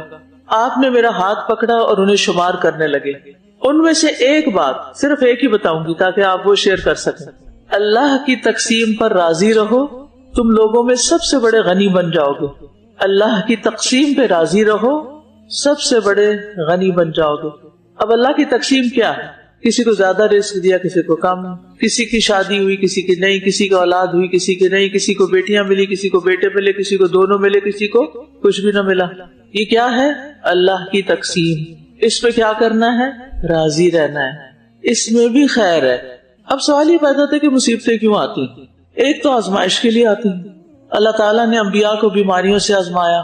نیک لوگوں کی آزمائش زیادہ ہوتی ہے، لیکن جتنی بڑی آزمائش اتنا بڑا اجر بھی ہوتا ہے. دوسری بات یہ کہ وارننگ دینے کے لیے آتی ہیں، تیار ہو جاؤ. انسان دنیا کے لیے دوڑ رہا ہوتا ہے نا، ہم سب کی ایک دوڑ لگی ہوئی ہے. پھر کیا ہوتا ہے کہ اچانک کوئی بیماری آ جاتی ہے تو ہم موت کے بارے میں سوچنے لگتے ہیں. وہ آتی ہے تاکہ ہم تیاری کر لیں ذرا، لیکن ہم اس تنبیہ پر، وارننگ پر توجہ نہیں کرتے. تیسری چیز یہ کہ بعض اوقات کوئی تکلیف اللہ کا عذاب ہوتی ہے، کسی گناہ کی سزا بھی ہوتی ہے. تب کرنا کیا چاہیے؟ وجہ کوئی بھی ہو، ہمیں پتا ہے یا نہیں پتا، کرنا کیا چاہیے؟ پھر سب سے پہلے کہ اللہ کی طرف رجوع کرنا چاہیے. دعا کے ذریعے مصیبت سے نجات پانی چاہیے، اور اسی لیے شفا کی دعائیں آپ کو بتائی گئی. کسی بھی بیماری میں سب سے پہلے اللہ کی طرف رجوع کرے، اس کے ساتھ ساتھ صبر کرے. وَعَلَمْ أَنَّ النَّصْرَ مَعَ الصَّبْرِ. ہماری مشکل کیا؟ ہم کہتے ہیں بس جلدی سے کوئی چیز ہو، جو ہم نے مانگا نا فوراً حاضر کر دیا جائے. پہلے بھی لوگوں کے اندر جلد بازی تھی، لیکن اس جلدی کی دنیا نے اب بہت زیادہ مزاج خراب کر دی. ہر چیز جلدی چاہتے ہیں. بہت دعا کر لیے، دعا قبول نہیں ہوتی، اب کیا کریں؟ اب روئیں دھوئیں پھر اور کیا باقی ہے پھر کرنے میں، کیونکہ آپ نے ایکسپٹ نہیں کیا اور کرنے کے کام بہت ہیں لیکن آپ کو نظر نہیں آئیں گے کیونکہ آپ نے ساری توجہ پریشانی پہ رکھی ہوئی ہے، رونے دھونے پہ رکھی ہوئی ہے. تو صبر مصیبت سے نجات کا ذریعہ بنتا ہے. مصیبت اپنی جگہ ہی ہوتی ہے لیکن آپ صبر کر لیتے ہیں، ایکسپٹ کر لیتے ہیں، آپ اس فیس سے نکل آتے ہیں، اس کی پرواہ چھوڑ دیتے ہیں. تو آپ میں سے کوئی ہے جو تکلیفوں کی پرواہ چھوڑ دے؟ میں نے نہیں پرواہ کرنی، یا سر پہ سوار رکھے، دو میں سے ایک کرنا پڑے گا. یا پرواہ نہ کریں یا سر پہ سوار کریں، کیا بہتر ہے؟ سر پہ سوار کریں. تھک جائیں گے سر پہ رکھ کے، سارا دن اسٹاف سر پہ رکھتے ہیں نا، گھر جا کے پہلا کام کیا کرتے ہیں؟ اتنا سا تو بوجھ اٹھا نہیں سکتے، مصیبتوں کے بڑے بڑے بوجھ سر پہ اٹھائے ہوئے ہیں، یہ کیوں ہو گیا وہ کیوں ہو گیا. ایوب علیہ السلام سے بڑھ کر کسی کی بیماری نہیں ہوگی. اللہ تعالیٰ ان کے بارے میں گواہی دیتے انا وجدناہ صابرا، ہم نے ان کو صابر پایا. پھر آپ دیکھیے آپ نے سب سے پہلے کیا کیا؟ پہلا کرنے کا کام کیا تھا؟ دعا. دوسرا صبر. تیسرے نماز. جب رسول اللہ صلی اللہ علیہ وسلم کو کوئی مشکل اور غم تکلیف دیتا تو آپ نماز پڑھا کرتے تھے، فوراً نماز میں لگ جاتے. اور ہم تو فرض نمازیں بھی پوری نہیں کر رہے ہوتے. 3 چیزیں ہو گئی. چوتھی چیز توبہ. توبہ استغفار. آگے آ رہی ہیں استغفار کی دعائیں، شرعی اذکار، شفا کی دعائیں، اور ایک بڑی اہم چیز دوسروں کی مدد میں لگ جانا. رسول اللہ صلی اللہ علیہ وسلم نے فرمایا جو کسی مومن کی دنیاوی مصیبت کو دور کرے گا اللہ تعالیٰ قیامت کے دن اس کی مصیبت کو دور کرے گا، اور جو کسی تنگ دست پہ آسانی کرے گا اللہ تعالیٰ دنیا اور آخرت میں اس پر آسانی کرے گا، اور جو کسی مسلمان کی ستر پوشی کرے گا تو اللہ تعالیٰ دنیا اور آخرت میں اس کی ستر پوشی فرمائے گا. اللہ بندے کی مدد میں رہتا ہے جب تک بندہ اپنے بھائی کی مدد میں رہتا ہے. صحیح مسلم کی روایت. اللہ آپ کی مدد کرے گا اگر آپ نے کیا شروع کر دیا؟ اوروں کی مدد شروع کر دی. ہم میں سے ہر شخص سوچے کہ وہ کہاں، کس وقت، کب، کیسے کسی کی مدد کر سکتا ہے. یہ اپنی سوچ بنا لے، اپنا ایم بنا لے زندگی کا. انتہا درجے کا دوسروں کا خیر خواہ. کوئی موقع نہ جانے دیں کہ جس میں آپ کو کوئی اپرچونٹی ملی ہو کسی کے ساتھ بھلائی کرنے کی اور آپ اس کو سستی کے مارے نہ کریں یا کسی انتقام کی وجہ سے نہ کریں. میں کیوں کروں، اس نے بھی تو نہیں میرے لیے کیا تھا. گھر میں بہن بھائیوں کے درمیان یہی چیزیں چلتی رہتی ہیں. لیکن قرآن پڑھنے والی بہنوں کے اندر کیا ہونا چاہیے کہ اگر بھائی نے کوئی کام کر کے نہیں دیا تو بھی کیا کریں؟ اس کا کام کر دیں، ہلکے سے کر دیں. سوچیں گے کریں کہ نہ کریں. کیا چیز آپ کو اس قابل بناتی ہے کہ آپ لوگوں کے رویوں کی پرواہ نہ کرتے ہوئے اپنی خیر جاری رکھے؟ اللہ پر ایمان، وہ ہے نا، میں تو اس کے لیے کر رہی ہوں، وہ میری مدد کرے گا، اس نے مجھے آسانی دینی ہے، کوئی بات نہیں، یہ نہیں کر رہا. اصل مشکل یہ نا ہم اسی بندے سے بدلہ چاہتے ہیں. اس کے ساتھ بھلائی کی تھی نا، یہیں سے خیر نکلنی چاہیے. تو کیا ساری بھینسیں دودھ دیتی؟ بھینسوں پہ ایک وقت آتا ہے نا وہ دودھ دینا بند کر دیتے تو دودھ سوکھ گیا. پتہ نہیں آپ نے کبھی سنا کہ نہیں. اب تو ہر چیز اتنی آرٹیفیشل ہو گئی ہے کہ پتہ ہی نہیں چلتا کب بھینس دودھ دیتی اور کب نہیں دیتی. ایک ڈبے کا دودھ لے آتے ہیں، ہمیں اس سے کیا غرض کہ وہ دیں کہ نہ دیں، وہ ہمیں آرٹیفیشل کچھ کھلائے پلائے کچھ کریں. ہمیں تو دودھ چاہیے بس اتنا روز، کیونکہ ڈاکٹر نے کہا روز 1 گلاس پیو تو اس لیے پینا ہی پینا ہے. تو بات یہ ہے کہ ضروری نہیں ہوتا کہ جس بھینس کو ہم چارہ کھلائیں وہ بھینس ہمیں دودھ بھی دے. وہ دے گی اپنے وقت پہ، ایک دن دے گی اگر وہ بانج ہی نہیں ہو گئی. کیونکہ بھینس بھی کب دودھ دیتی ہے؟ جب وہ بچہ پیدا کرتی، اس مرحلے سے گزرتی پھر دودھ دیتی. اور آپ چاہتے ہیں وہ بچہ پیدا کیے بغیر ہی دودھ دے. یہ فطرت کے خلاف ہے. تو جو لوگ فطرت کے خلاف چلتے ہیں وہ کبھی چین نہیں پا سکتے. غور کیا کریں، ایک نظر پیدا کریں. آپ کے رویے آپ کی نظر کے مطابق ہوتے ہیں. آپ کس نظر سے کس چیز کو دیکھتے ہیں. یقین مانے ایک ہی واقعہ ہوتا ہے، 2 مختلف لوگ مجھے 2 الگ الگ طرح کی رپورٹ دیتے ہیں. کیوں؟ وجہ ایک بالکل مثبت انداز سے اس کو دیکھ رہا ہوتا ہے اور دوسرا بالکل الٹ دیکھ رہا ہوتا ہے اس کو. فرق کس چیز کا ہے؟ نظر کا. اس کو تناظر بھی کہتے ہیں. آپ کس تناظر میں چیزوں کو دیکھتے ہیں. تناظر کہتے ہیں پرسپیکٹو. آپ کا پرسپیکٹو کیا ہے، آپ کی نظر کیا ہے. وہ بڑی مشہور سی کہانی ہے نا کہ ایک شخص نے کھڑکی کے باہر جھانک کے دیکھا تو اس کو ستارے نظر آئے، اور دوسرے نے دیکھا تو اس کو کیچڑ نظر آیا نیچے. جس نے اوپر دیکھا تھا اس کو ستارے دیکھے اور جس نے نیچے دیکھا تھا اس کو. تو کچھ لوگ نیچے ہی دیکھتے رہتے ہیں اور کچھ لوگ اوپر دیکھتے ہیں. نگاہ بلند، سخن دل نواز، اور کیا؟ جان پرسوز. ٹھیک ہے نا. یہ 3 چیزیں اپنے اندر پیدا کریں. نگاہ بلند، ستارے دیکھنے شروع کریں. ٹھیک ہے، نگاہ بلند کر لیں، سخن دل نواز کر لیں. آپ کا کیا گھستا ہے اگر آپ جس سے ملے السلام علیکم، کیا حال ہے آپ کا، آپ خیریت سے ہیں، آپ ٹھیک ہیں، اچھے سے بات کر لیں، اچھے سے سلام کر لیں. کچھ نقصان ہے؟ آپ دیکھیں کہ کسی مجلس میں آپ جاتے ہیں نا، ایک انٹر ہوتا ہے نا السلام علیکم، سب کو سلام کرتا ہے. ایک داخل ہوتا ہے رونی صورت بنائی ہوئی ہے، بس جا رہے ہیں، جا کے ایک طرف بیٹھ گئے تھکے ہارے. تو سخن دل نواز کر لیں، ہر وقت جلی کٹی نہ سنائیں، اپنے کارنرز گول کر لیں. تیکھے کارنر ہوتے ہیں، جیسے کتاب کا یہ کارنر کیا ہے، تیکھا ہے، یہ لگے گا تو کیا ہوگا، چوٹ لگے گی نا، چبھے گا. تو چبھنے والے نہ بنے. اس کو اگر آپ گول کر لیں نا، یوں گولائی میں کاٹ لیں تو لگے بھی تو آپ کو چبھن نہیں ہوگی. تو کچھ لوگوں کے جو ایجز ہیں نا وہ بڑے تیکھے ہیں، اور جس کے پاس سے گزرتے ہیں نا اس کو لازماً چوب کے گزرتے ہیں، کچھ نہ کچھ ایسی بات کہہ کے گزریں گے کہ وہ مدتوں یاد رکھتے. اور تیسری چیز کیا تھی؟ نگاہ بلند، سخن دل نواز، جان پر سوز. جان پر سوز یعنی اندر سوز ہے. سوز کس کو کہتے ہیں؟ جلانے کو. یعنی اس کے اندر ایک تڑپ ہے، تڑپ کے لیے استعمال ہوا بیسیکلی. اس کے اندر تڑپ ہے کچھ کرنے کی، کچھ بننے کی، کچھ دوسروں کی خدمت کرنے کی، کچھ کسی کو فائدہ پہنچانے کی. اندر سے وہ بڑا ہی مخلص انسان ہے. یہی ہے رخت سفر میر کاروان کے لیے. میر کاروان کون ہوتا ہے؟ لیڈر. رخت سفر کیا ہوتا ہے؟ زادرہ. یعنی جو لیڈر لوگوں کو لیڈ کر رہا ہوتا ہے اس کے اندر یہ تین کوالٹیز بہت ضروری ہیں. اچھا، لیڈر سے مراد امریکہ کا لیڈر ہی نہیں ہے. ہمارا دین کیا کہتا ہے؟ کلکم راع. ہر شخص کہیں نہ کہیں لیڈر ہے. کہیں آپ ماتحت ہوتے ہیں، کہیں آپ لیڈر ہوتے ہیں. تو آپ کو کیا کرنا ہے؟ لیڈرشپ کے رول کو خوبصورت بنانا ہے اچھی عادات کے ذریعے. تب آپ لوگوں کو انسپائر کر سکیں گے، تب آپ کے لیے لوگ صدقہ جاریہ بنیں گے، تب آپ کے لیے لوگوں کی یادیں اچھی ہوں. اللہ ہمیں توفیق دے. سبح اسم ربک الاعلی، اپنے رب کے نام کی تسبیح کیجیے جو سب سے بلند ہے. الذی خلق فسوی، وہ جس نے پیدا کیا پھر درست بنایا. والذی قدر فہدی، اور وہ جس نے اندازہ ٹھہرایا پھر ہدایت بخشی. والذی اخرج المرعی، وہ جس نے چارہ اگایا. فجعلہ غثاء احوا، پھر اس نے اسے سیاہ کوڑا کرکٹ کر دیا. سنقرئک فلا تنسى، ہم ضرور آپ کو پڑھائیں گے پھر آپ نہیں بھولیں گے. الا ما شاء اللہ، مگر جو اللہ چاہے. انہ یعلم الجہر وما یخفی، یقیناً وہ کھلی بات کو بھی جانتا ہے اور اس بات کو بھی جو چھپی ہوئی ہے. فذکر ان نفعت الذکری، تو آپ نصیحت کیجئے اگر نصیحت کرنا فائدہ دے. سیذکر من یخشی، ان قریب نصیحت حاصل کر لے گا جو ڈرتا ہے. وَيَتَجَنَّبُهَا الْأَشْقَى، اور اس سے علیحدہ رہے گا جو سب سے بڑا بد نصیب ہے. الَّذِي يَصْلَى النَّارَ الْكُبْرَى، وہ جو بہت بڑی آگ میں داخل ہوگا. ثُمَّ لَا يَمُوتُ فِيهَا وَلَا يَحْيَا، پھر وہ نہ اس میں مرے گا نہ زندہ رہے گا. قَدْ أَفْلَحَ مَنْ تَزَكَّى، بے شک وہ کامیاب ہو گیا جو پاک ہوا. وَذَكَرَ اسْمَ رَبِّهِ فَصَلَّى، پھر اس نے اپنے رب کا نام یاد کیا پھر نماز پڑھی. بل تؤثرون الحیات الدنیا، بلکہ تم دنیا کی زندگی کو ترجیح دیتے ہو.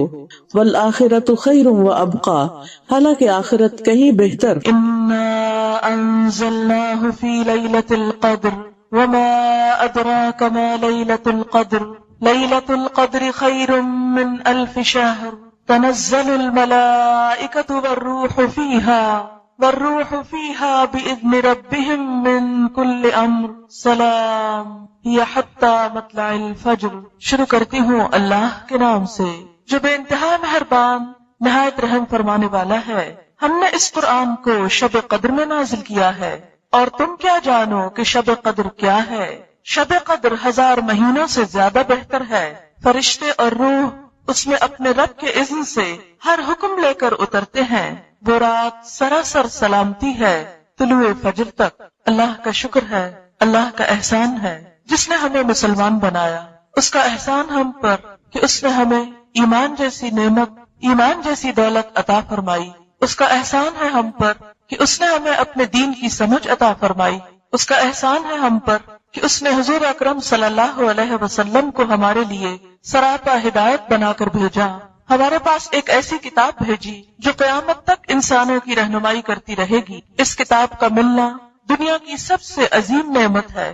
یہی کتاب ہمیں بتاتی ہے کہ اللہ تعالیٰ نے اپنا یہ احسان لیلۃ القدر میں کیا.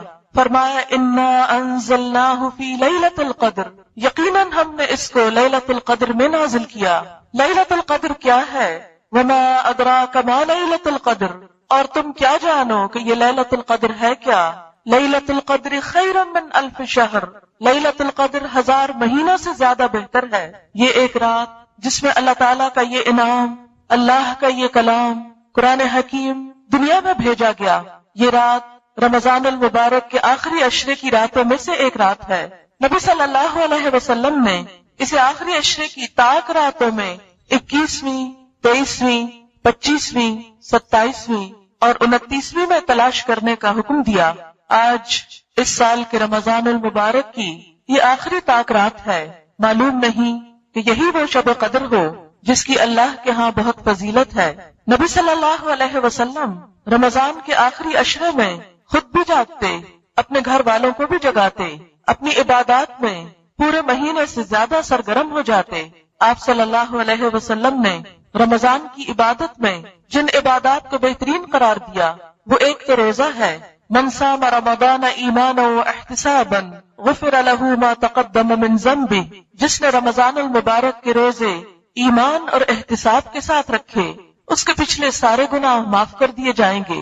الحمدللہ کہ اس نے ہمیں یہ توفیق بخشی اور ہم نے اللہ کے اس حکم کی پابندی کی.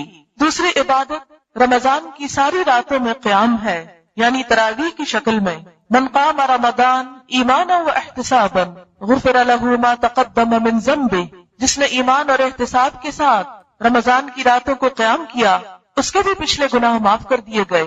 لیکن ساتھ ہی ایک اور روایت میں آپ صلی اللہ علیہ وسلم نے فرمایا کم من صائم لیس له من صیامه الا الظمأ، کتنے ہی روزے دار ایسے ہیں کہ جن کو اپنے روزے سے سوائے بھوک پیاس کے کچھ حاصل نہیں ہوا. وکم من قائم لیس له من قیامه الا السحر، اور کتنے ہی راتوں کو جاگنے والے، قیام کرنے والے ایسے ہیں کہ جن کو اپنے رات کے قیام میں سوائے رات جگے کے اور کچھ نصیب نہیں ہوتا. اللہ نہ کرے کہ ہم ان لوگوں میں سے ہوں کہ جن کے روزے بیکار، محض ایک ظاہری ڈھانچہ، اور جن کی راتوں کا قیام محض ایک دکھاوا ہو. اللہ تعالیٰ کے ہاں وہی عبادت قابل قبول ہے جو خالصتاً اسی کے لیے کی جائے. اس لیے کہ جس عبادت کے اندر ایمان نہ ہو، اخلاص نہ ہو، اللہ کی رضا نہ ہو، اس کے ساتھ محبت کا اظہار نہ ہو، اس کا تقوی نہ ہو، وہ عبادت نہیں. اسی طرح عبادت کی قبولیت کے لیے یہاں پر لفظ احتساب آیا. احتساب کا ایک معنی ہے کہ اجر و ثواب کی نیت اللہ پر رکھی جائے کہ وہی ہمیں اس کا اجر عطا کرے گا. اور دوسرا یہ کہ خود احتسابی انسان اپنا جائزہ لے، اپنی نیت کو پرکھے، اپنا احساس کرے، خود کو جانچے. اس لیے کہ اپنے سے زیادہ کوئی اور خود کو پرکھ نہیں سکتا. سب سے زیادہ ہم خود اپنا جائزہ لے سکتے ہیں، جیسا کہ سورۃ القیامہ میں اللہ تعالیٰ فرماتے ہیں بل الانسان علی نفسہ بصیرا ولو القی معاذیرا، انسان اپنے آپ سے خوب آگاہ ہے خواہ وہ کتنی ہی معذرتیں کیوں نہ پیش کرے. دوسروں کے سامنے تو ہم کسی بھی کام کے اچھے یا برے کے بہت سے بہانے کر سکتے ہیں، عذر کر سکتے ہیں، دکھاوا کر سکتے ہیں، لیکن ہمارے اندر کی حالت کیا ہے وہ سوائے ہمارے کوئی اور جان نہیں سکتا. اس لیے انسان جب تک خود اپنے آپ سے خیر خواہ نہ ہو، خود اپنی بھلائی چاہنے والا نہ ہو، خود اپنی نیتوں کو پرکھنے والا نہ ہو، خود اپنے دل کا جائزہ لینے والا نہ ہو، اس وقت تک کوئی انسان کسی دوسرے کا بھلا نہیں کر سکتا. ساری دنیا مل کر بھی ہمارے ایمان کو فائدہ نہیں پہنچا سکتی، ہماری نیت کو درست نہیں کر سکتی، ہمیں اللہ تعالیٰ کا قرب اور تقوی کا احساس نہیں دے سکتی جب تک یہ تڑپ، جب تک یہ احساس ہمارے اپنے اندر سے نہ جاگے. اس لیے اصلاح کا پہلا نقطہ، اصلاح کی پہلی سیڑھی خود انسان کے اپنے اندر ہے. لہذا رمضان المبارک کی تیسری چیز جس پر بخشش کا وعدہ ہے وہ لیلۃ القدر کا قیام ہے. من قام لیلۃ القدر ایمانا واحتسابا غفر له ما تقدم من ذنبه، کہ جس نے لیلۃ القدر میں ایمان اور احتساب کے ساتھ قیام کیا اس کے بھی پچھلے گناہ معاف کر دیے گئے. لہذا اس رات کی بھی افضل ترین عبادت، اہم ترین عبادت، سنت نبی صلی اللہ علیہ وسلم کے مطابق عبادت قیام اللیل ہے، یعنی رات کو نماز میں کھڑے ہو کر قرآن پاک کا پڑھنا یا سننا یہ اس رات کی افضل ترین عبادت ہے. اسی لیے آج کا پروگرام قیام اللیل سے شروع کیا گیا ہے. بات یہ ہے کہ ہم میں سے ہر شخص اس قابل نہیں ہوتا کہ وہ قرآن کا ایک بڑا حصہ زبانی یاد کر سکے. لہٰذا یہ سہولت کہ رات کے وقت عورتوں کو گھروں سے نکال کر ایک جگہ جمع کرنا اس وجہ سے ہے تاکہ ان لوگوں کے ساتھ قرآن پاک پڑھا جا سکے، سنا جا سکے، نماز ادا کی جا سکے جنہیں اللہ تعالیٰ نے یہ سعادت بخشی ہے. اور پھر انفرادی طور پر عبادت کرنے سے بسا اوقات انسان کے اندر سستی آ جاتی ہے. جب انسان دوسروں کے ساتھ مل کر ایک کام کرتا ہے تو دوسروں کو دیکھ کر انسان نیکی پر ثابت قدمی اختیار کرتا ہے کہ اگر دوسرے جاگ رہے ہیں تو میں بھی جاگ سکتا ہوں، اگر دوسرے کھڑے ہو کر عبادت کر رہے ہیں تو میں بھی کر سکتا ہوں، یا دوسرے دعائیں مانگ رہے ہیں تو میں بھی یہ مانگ سکتا ہوں. میں آخر دوسروں سے پیچھے کیوں رہوں؟ اس لیے الحمدللہ اس رات کی عبادت کا ایک حصہ آپ نے مکمل کیا رمضان ہی کی رات میں. پھر دوسرا حصہ قرآن پاک کو سمجھنا، کیونکہ یہ قرآن انہی راتوں میں سے ایک رات میں لیلۃ القدر میں اللہ تعالیٰ نے نازل فرمایا.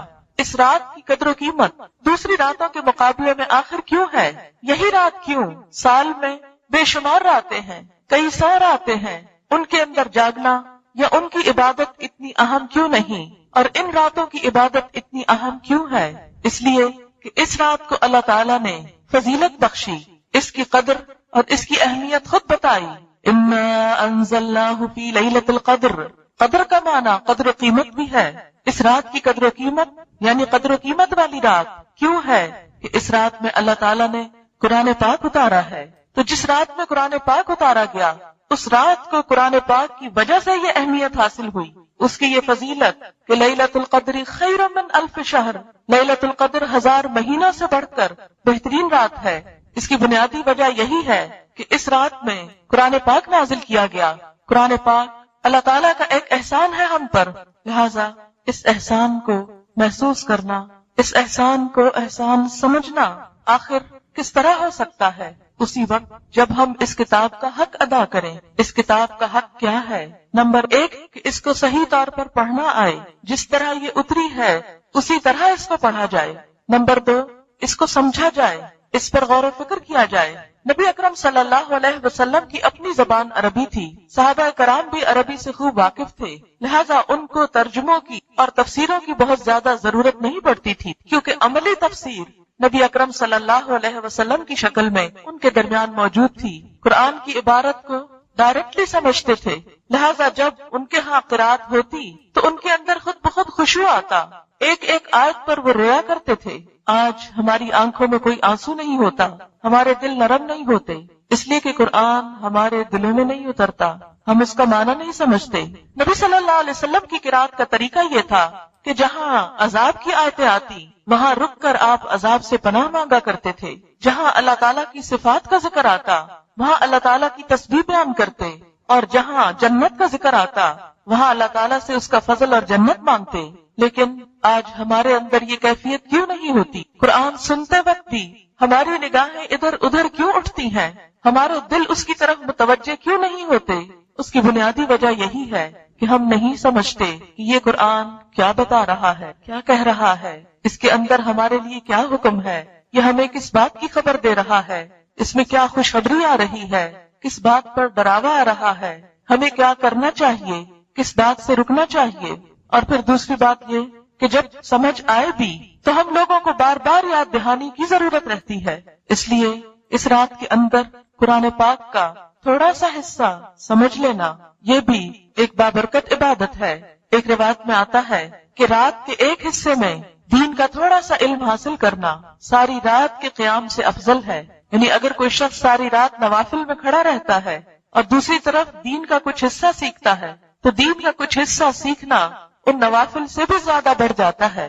اس لیے اسی سنت پر عمل کرتے ہوئے تھوڑا سا حصہ ہم قرآن پاک کو سمجھنے میں بھی اپنے وقت کا استعمال کریں گے. تیسری چیز اس رات کی عبادت دعا ہے، اس لیے کہ اس رات میں فرشتے اترتے ہیں، جبریل امین اترتے ہیں، تنزل الملائکۃ والروح فیہا بإذن ربہم من کل امر، ہر حکم لے کر اترتے ہیں. اس کو لیلۃ القدر اس لیے بھی کہا جاتا ہے کہ قدر کا معنی تقدیر ہے، تقدیر کی رات. فیصلوں کی رات، آئندہ سال انسان کے ساتھ کیا ہونے والا ہے، کون دنیا سے جانے والا ہے، کس کو کتنا رزق ملنے والا ہے، اس رات میں یہ فیصلے اللہ تعالیٰ فرشتوں کے سپرد کرتے ہیں۔ لہٰذا جب ہمارے بارے میں کوئی فیصلہ ہو رہا ہو اور ہم عبادت کی حالت میں ہوں، دعا کی حالت میں ہوں، تو اچھے انجام کی توقع کی جا سکتی ہے۔ معلوم نہیں اگلا رمضان ہماری زندگی میں آتا ہے یا نہیں، پھر سے یہ عبادتیں اور راتیں نصیب ہوتی ہیں کہ نہیں۔ کسی کو اپنی صحت، اپنے وقت، اپنی عمر کے بارے میں کوئی بھی گارنٹی نہیں، لہٰذا اس رات کو کثرت سے دعائیں مانگنی چاہیے۔ قدر کا ایک معنی تنگی بھی ہے۔ حدیث میں آتا ہے کہ اس رات آسمان سے اتنے فرشتے اترتے ہیں کہ ان کی کثرت کی وجہ سے زمین پر ایک چپے برابر جگہ بھی خالی نہیں رہتی۔ معلوم نہیں کہ اگر وہ رات آج کی رات ہو اور فرشتوں کا نزول ہو رہا ہو اور ہم اللہ تعالیٰ کے حضور یا قیام کی حالت میں ہوں، یا دین سمجھنے سیکھنے کی حالت میں ہوں، یا دعائیں مانگنے کی حالت میں ہوں، تو یہ تینوں چیزیں ہمارے حق میں بہتر ہوں۔ حقیقت یہ ہے کہ انسان اپنے رب کا محتاج ہے، جیسا کہ اللہ سبحانہ وتعالیٰ فرماتے ہیں، یا ایھا الناس انتم الفقراء الی اللہ، اے لوگو تم سب اللہ کے محتاج ہو۔ بندہ ہونے کی حیثیت میں ہم سب محتاج ہیں، ہم سب ضرورت مند ہیں۔ ہم سانس نہیں لے سکتے اگر وہ ہمیں سانس لینے کی توفیق نہ دے، ہم ایک قدم نہیں اٹھا سکتے اگر وہ ہمیں چلنے کی قوت نہ دے، ہم کچھ دیکھ نہیں سکتے اگر وہ ہمیں نگاہ نہ بخشے، ہم سن نہیں سکتے اگر وہ ہمیں قوت سماعت نہ دے۔ ہماری زندگی کا ایک ایک قدم، ہماری چھوٹی سے چھوٹی یا بڑی سے بڑی ایک ایک کوشش، یہ ساری کی ساری چیزیں محض اللہ کے اذن، اس کی توفیق، اس کی دی ہوئی طاقت اور اس کی قدرت سے ہے۔ اس میں ہمارا کچھ بھی کمال نہیں، کچھ بھی اپنا نہیں، سب اسی کا دیا ہوا ہے۔ اور پھر اس کے دینے پر ہمارا فرض ہے کہ ہم اس کے شکر گزار ہوں، اور شکر گزار ہونے کے ساتھ ساتھ ہم اس سے مزید اس کا فضل مانگتے چلے جائیں، مزید اس کے فضل کے لیے دعا گو ہوں۔ لہذا دعا ساری عبادت کا نچوڑ ہوتا ہے۔ کوئی عبادت اس وقت تک مکمل نہیں ہوتی، خواہ نماز ہو، خواہ قرآن کا پڑھنا ہو، خواہ کوئی اور، جب تک کہ اس میں دعا نہ ہو۔ جو لوگ دعا سے منہ موڑے اللہ تعالیٰ ان سے ناراض ہوتے ہیں۔ حدیث پاک میں آتا ہے، من لم يسأل اللہ یغضب علیہ، جو اللہ سے سوال نہیں کرتا، جو اللہ سے مانگتا نہیں ہے، اللہ تعالیٰ اس پر غضبناک ہوتا ہے، اس پر ناراض ہوتا ہے۔ لہذا ہمیں کثرت کے ساتھ اس سے دعا مانگنے کی ضرورت ہے۔ اللہ تعالیٰ غافل دل کی دعا قبول نہیں کرتے، لہذا اپنے دلوں کو غفلت سے نکال کر پورے دل جمی کے ساتھ، دل حضوری کے ساتھ، اللہ تعالیٰ کی قربت کا احساس کرتے ہوئے، قبولیت کا یقین رکھتے ہوئے دعا مانگنی چاہیے۔ الدعاء مخ العبادہ، دعا عبادت کا مغز ہے، کریم ہے، اصل ہے۔ لہذا تیسری چیز جو اس رات کا پروگرام ہے وہ دعا ہے۔ میں چند دعاؤں کو آپ کے ساتھ مل کر پڑھوں گی اور ان کا معنی ہم دیکھیں گے کہ نبی اکرم صلی اللہ علیہ وسلم نے اللہ تعالیٰ سے کس کس طرح مانگا۔ تو ہم قرآن پاک کے کچھ حصے کے پڑھنے سے آغاز کرتے ہوئے پھر دعا کی طرف رجوع کریں گے انشاءاللہ۔ لیکن یاد رکھیے، اس کام کے شروع کرنے سے پہلے ہم پھر ایک مرتبہ یہاں آنے، یہاں بیٹھنے، اکٹھے ہونے اور اس ساری کوشش اور محنت اور اس تکلیف کی وجہ اپنے دل میں دہراتے ہیں کہ ہم یہاں کیوں آئے ہیں، کس کے لیے آئے ہیں، کیا پانے کے لیے، کیا حاصل کرنے کے لیے، کیا صرف میل ملاقات کے لیے، کیا صرف ایک شغل میلے کے لیے، کیا یہ صرف ایک سوشل گیدرنگ ہے؟ نہیں، صرف اللہ کے لیے، صرف اللہ کی محبت میں، صرف اس کا قرب پانے کے لیے۔ اس لیے کہ رمضان المبارک کی آمد کا بھی اصل مقصد یہی ہے، لعلکم تتقون یا ایھا الذین آمنوا کتب علیکم الصیام کما کتب علی الذین من قبلکم لعلکم تتقون، اے لوگوں جو ایمان لائے ہو، تم پر روزے فرض کیے گئے جس طرح تم سے پہلے لوگوں پر فرض کیے گئے تھے، تاکہ تمہارے اندر تقوی پیدا ہو۔ رمضان المبارک کا مہینہ ختم ہی ہوا چاہتا ہے، واپسی پر ہے۔ ہم سب اپنا اپنا جائزہ لیں کہ کیا ہمارے اندر وہ تقوی پیدا ہوا ہے۔ تقوی کیا ہے؟ اللہ تعالیٰ کے ساتھ تعلق کا نام، اللہ تعالیٰ کے ساتھ قربت کا احساس، دل میں اس کا خوف، اس سے ایسی محبت کا نام کہ جس میں انسان مشکل سے مشکل کام کر سکے اس کی اطاعت کا، ایسا خوف کہ اپنی پسندیدہ ترین چیز کو اس کی خاطر چھوڑ سکے، ایسا احساس اس کی ذات کا کہ اس کا حکم سن کر پھر ہم بیٹھے نہ رہ جائیں، فوراً ہی لپک پڑے تاکہ ہمارا شمار ان لوگوں میں ہو فالسابقون السابقون اولئک المقربون، کہ سبقت کرنے والے، آگے بڑھنے والے تو پھر آگے بڑھنے والے ہی ہیں، اور یہی مقرب لوگ ہیں۔ یہ تقویٰ ہمیں اللہ کا قرب حاصل کرنے اور اللہ کے احکامات پر عمل کرنے کی ایک قوت بخشتا ہے۔ رمضان کے روزے رکھ کر، روحانیت پیدا کر کے، صبر اور ڈسپلن سیکھ کر، دراصل ہمیں یہی جائزہ لینا ہے کہ میرے اندر یہ قوت کیا پیدا ہوئی، کیا میرے اندر یہ احساس آیا کہ میں اللہ تعالیٰ کی اطاعت کر سکوں۔ مجھے اس مہینے میں اللہ تعالیٰ کے جتنے بھی احکامات معلوم ہوئے ہیں، کیا میں ان پر عمل کرنے کا سوچ رہی ہوں؟ کیا میں نے اپنے اندر یہ عہد باندھا ہے کہ میں ان احکامات پر عمل کروں گی اور ان کے بارے میں اللہ کے سوا کسی سے نہ ڈروں گی؟ کیونکہ تقویٰ نام ہی اس چیز کا ہے کہ بندے کے دل میں اللہ کا ایسا ڈر آئے کہ سب کا ڈر نکل جائے۔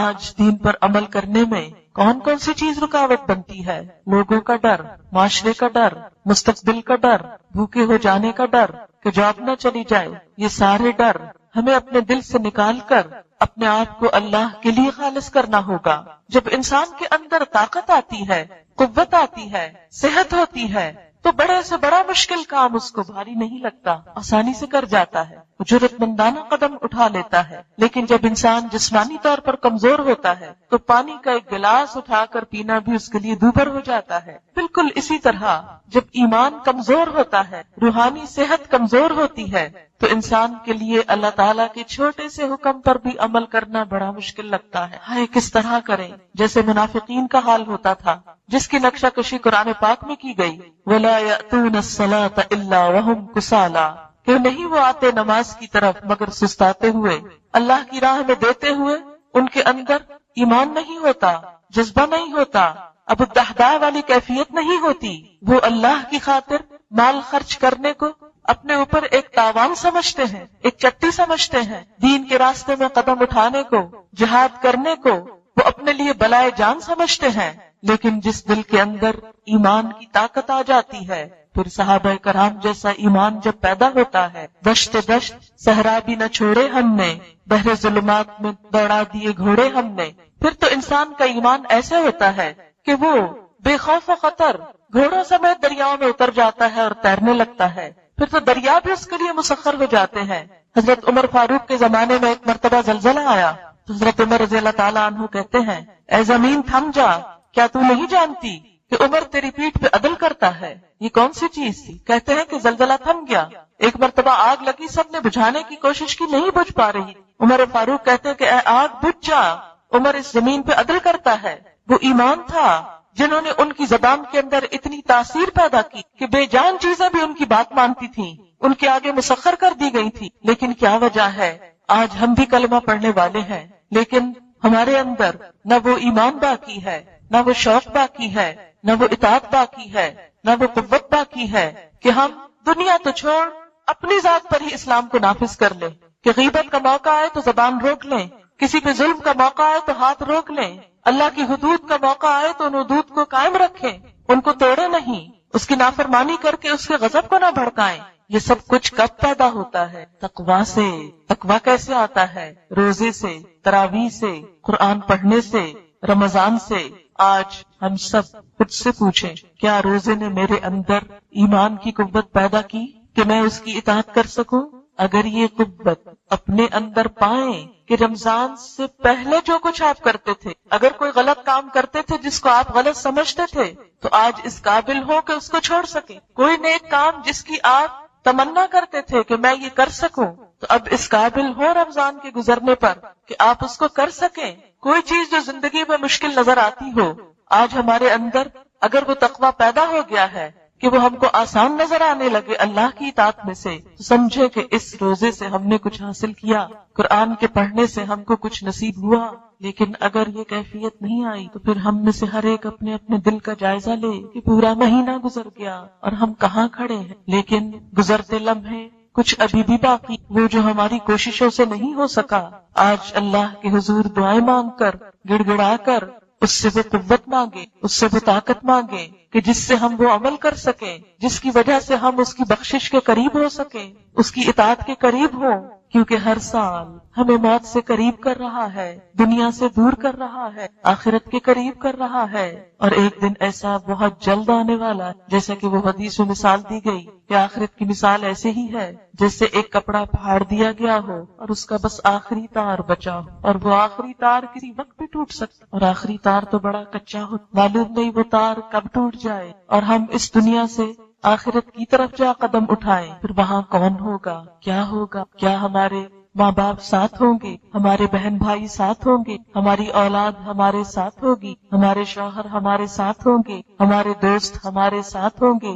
ہمارا مال ہمارے ساتھ ہوگا، ہمارے یہ گھر جن میں ہم امن سے رہ رہے ہیں ہمارے ساتھ ہوں گے، کوئی بھی ساتھ نہ ہوگا، تنہا ہم ہوں گے، اس دن تو سب ساتھ چھوڑ جائیں گے، سب بے وفا ہو جائیں گے، یوم یفر المرء من اخیہ وامہ وابیہ وصاحبتہ وبنیہ لکل امرئ منہم یومئذ شأن یغنیہ، جس دن انسان بھاگے گا اپنے بھائی سے، اپنی ماں سے، اپنے باپ سے، اپنے بیٹے سے، اپنی بیوی سے، سب رشتوں سے، اور ہر شخص کو اپنی ایسی حالت پڑی ہوگی جو اسے دوسرے سے بے نیاز کر دے گی، کوئی بھی اس دن یاد نہ رہے گا، لا یسأل حمیم حمیما، کوئی دلی دوست کسی دوست کو نہ پوچھے گا، یبصرونہم، وہ ایک دوسرے کو آپس میں دکھائے جائیں گے، اس دن مجرم چاہے گا کاش وہ خود بچنے کے لیے فدیے میں دے ڈالے اپنے سارے رشتہ داروں کو، لیکن کوئی بھی اس کو اللہ کے عذاب سے بچا نہ سکے گا، لہذا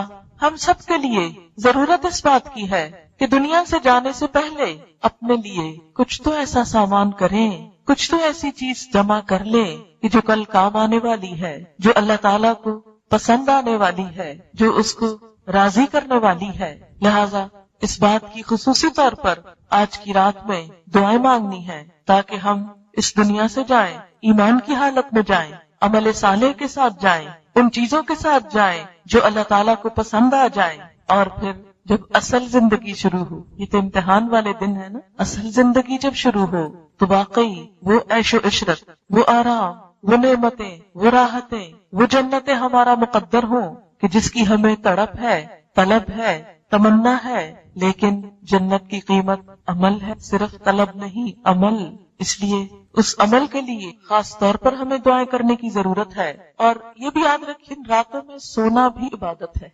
کچھ نہ کچھ وقت کے لیے ضرور سو، اور سو کر اٹھ کر پھر دوبارہ عبادت جو ہے دیدہ ہے، لہٰذا کچھ آپ فجر کچھ اور بھی پڑھ سکتے ہیں، لیکن یہ سوچنا کہ ساری رات جاگے تو یہ زیادہ اچھا ہے، نبی صلی اللہ علیہ وسلم سے یہ ثابت نہیں کہ وہ پوری کی پوری رات جاگتے ہوئے کچھ نہ کچھ حصہ ضرور سے دعا ہے، پہلے اس کا ترجمہ وغیرہ پڑھ اور پھر میں آپ کو کہلواؤں گی تاکہ دل کے ساتھ یہ دعا مانگی، اللہم اے اللہ، انی اسألک، بے شک میں تجھ سے سوال کرتا، تجھ سے مانگ، من الخیر، خیر میں، کلی ساری، اللہ میں تجھ ہر خیر کا، اب دیکھیں کہ بندے کو تو ہر خیر کا نہیں پتا ہوتا کہ کس چیز میں بھلائی اور کس میں نہیں، اللہ کو زیادہ پتا ہے، لہٰذا جب ہم یہ کہتے ہیں اے اللہ میں تجھ سے ہر خیر کا سوال کر، عاجلی ہی جلدی ملنے والی، و آجلی اور دیر سے ملنے، مجھے بھلائی چاہیے، وہ جو جلدی آئے اور وہ بھی جو ٹھہر کے آئے، لیکن بھلائی ہی چاہیے، ما علمت من، جو میں اس میں سے جان، وما لم، واعوذ بک، اور میں تیری پناہ چاہتا، من الشر کلہ، ہر طرح کے شر سے، عاجلی جلدی آنے والا، وآجل دیر سے، ما علمت من،